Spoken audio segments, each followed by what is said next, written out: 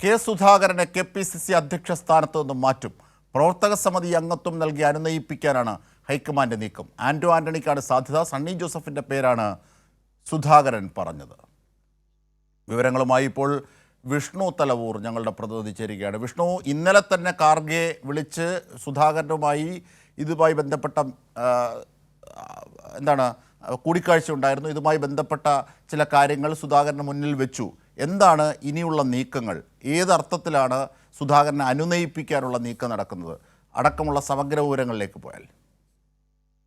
അജിംഷാദ്, കഴിഞ്ഞ ദിവസമാണ് കെ സുധാകരനെ ദില്ലിയിലേക്ക് ഹൈക്കമാൻഡ് വിളിപ്പിച്ച് കൂടിക്കാഴ്ച നടത്തിയത്.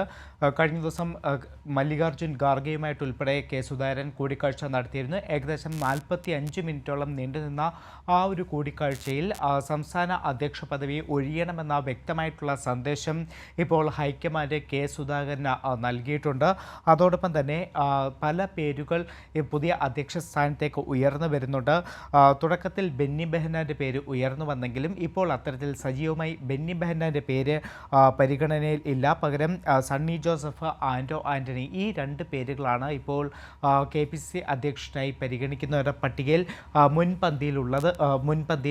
എന്തായാലും കെ സുധാകരൻ ദില്ലിയിൽ നേതാക്കളുമായി കഴിഞ്ഞ ദിവസം കൂടിക്കാഴ്ച നടത്തിയിരുന്നു. അത് മല്ലികാർജ്ജുൻ ഖാർഗെയുമായിട്ടുള്ള കൂടിക്കാഴ്ചയും രാഹുൽ ഗാന്ധിയുമായിട്ടും കൂടിക്കാഴ്ച നടത്തിയിരുന്നു. അതിനുശേഷം ഇന്നലെ രാത്രിയോടുകൂടി തന്നെ സുധാകരൻ നാട്ടിലേക്ക് തിരിച്ചെത്തുകയും ചെയ്തിട്ടുണ്ട്. നിലവിൽ ഹൈക്കമാൻഡ് സുധാകരനോട് മാറണമെന്നുള്ള വ്യക്തമായ സന്ദേശം നൽകിയിട്ടുണ്ടെങ്കിൽ പോലും സുധാകരൻ അത്തരത്തിൽ മാറുന്നതിനോട് പൂർണ്ണതലത്തിൽ യോജിപ്പില്ല എന്നതാണ് മനസ്സിലാക്കാൻ കഴിയുന്നത്. ഇക്കാര്യം സുധാകരൻ തന്നെ ഹൈക്കമാൻഡിനെ അറിയിച്ചിട്ടുമുണ്ട്.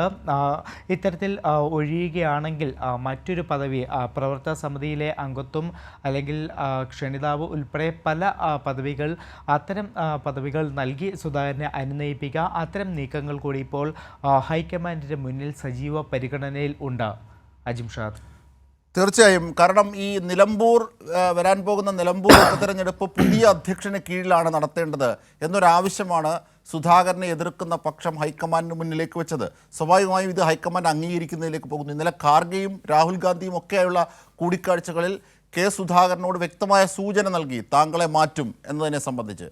പക്ഷേ പകരം ആന്റോ ആന്റണിക്ക് നേരത്തെ റോജി എം ജോണിൻ്റെ പേരൊക്കെ പറഞ്ഞു കേട്ടിരുന്നു, നേരത്തെ ബെന്നി ബെഹനാൻ്റെ പേര് പറഞ്ഞു കേട്ടിരുന്നു. പക്ഷേ ആന്റോ ആന്റണിയെയും സണ്ണി ജോസഫിനുമാണ് ഇപ്പോൾ പരിഗണനയിലുള്ളത്. പക്ഷേ സുധാകരൻ്റെ പിന്തുണ സണ്ണി ജോസഫിനാണ്. സുധാകരനാണ് സണ്ണി ജോസഫിൻ്റെ പേര് മുമ്പോട്ട് വെച്ചത്. ഇതൊക്കെയാണ് അറിയാനാകുന്ന വിവരങ്ങൾ.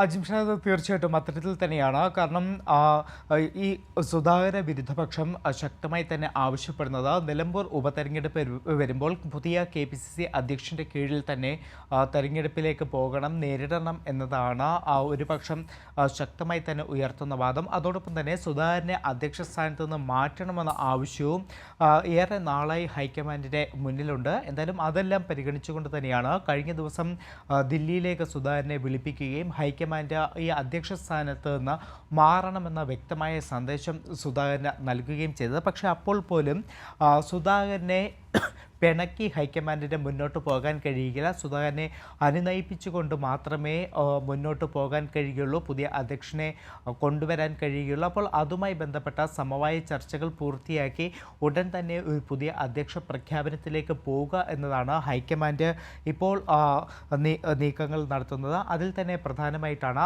നേരത്തെ നമ്മൾ ചൂണ്ടിക്കാട്ടിയ പോലെ നിരവധി പേരുകൾ പുതിയ KPCC അധ്യക്ഷ സ്ഥാനത്തേക്ക് ഉയർന്നു വന്നിരുന്നു. അതിൽ ബെന്നി ബെഹന്നാൻ, കൊടിക്കുന്നിൽ സുരേഷ് ഉൾപ്പെടെയുള്ളവരുടെ പേരുകൾ ഉണ്ടായിരുന്നെങ്കിലും ഏറ്റവും ഒടുവിൽ ഇപ്പോൾ ഈ പേരുകൾ എത്തി നിൽക്കുന്നത് ആന്റോ ആന്റണിയിലേക്കും അതോടൊപ്പം തന്നെ സണ്ണിയിലേക്കുമാണ്.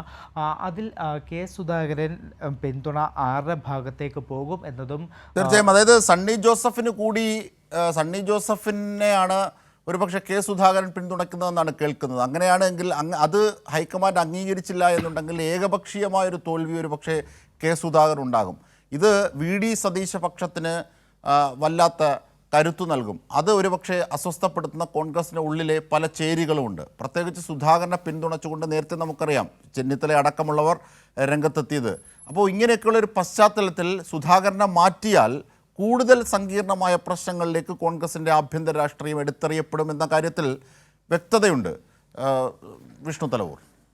അജിംഷാദ് തീർച്ചയായിട്ടും അത്തരത്തിൽ തന്നെയാണ്. നിലവിൽ ഈ സണ്ണി ജോസഫിന് സുധാകരൻ്റെ പിന്തുണയുണ്ട്. അതിൽ തന്നെ സണ്ണി ജോസഫിനെ അധ്യക്ഷ സ്ഥാനത്തേക്കോ ജോസഫിൻ്റെ പേര് ഉയർത്തിക്കാട്ടുമ്പോൾ തന്നെ പറയുന്നത് നിലവിലത്തെ കേരളത്തിലെ ഒരു രാഷ്ട്രീയ സാഹചര്യം എന്ന് പറയുന്നത് BJP ക്രൈസ്തവ വിഭാഗത്തെ ഒപ്പം നിർത്താൻ ശ്രമിക്കുന്നുണ്ട്. അതുകൊണ്ട് തന്നെ സണ്ണി ജോസഫിനെ ആ ഒരു അധ്യക്ഷ സ്ഥാനത്തേക്ക് കൊണ്ടുവരുന്നത് കൂടുതൽ UDFന് ഗുണം ചെയ്യുമെന്നതാണ് ഇത്തരത്തിൽ സുധാകരനൊക്കെ തന്നെ ചൂണ്ടിക്കാട്ടുന്നത്. പക്ഷേ ഈ സണ്ണി ജോസഫിനെ അധ്യക്ഷ സ്ഥാനത്തേക്ക് കൊണ്ടുവരാതെ മറ്റൊരാളെ കൊണ്ടുവരികയാണെങ്കിൽ ഒരുപക്ഷെ കോൺഗ്രസിന്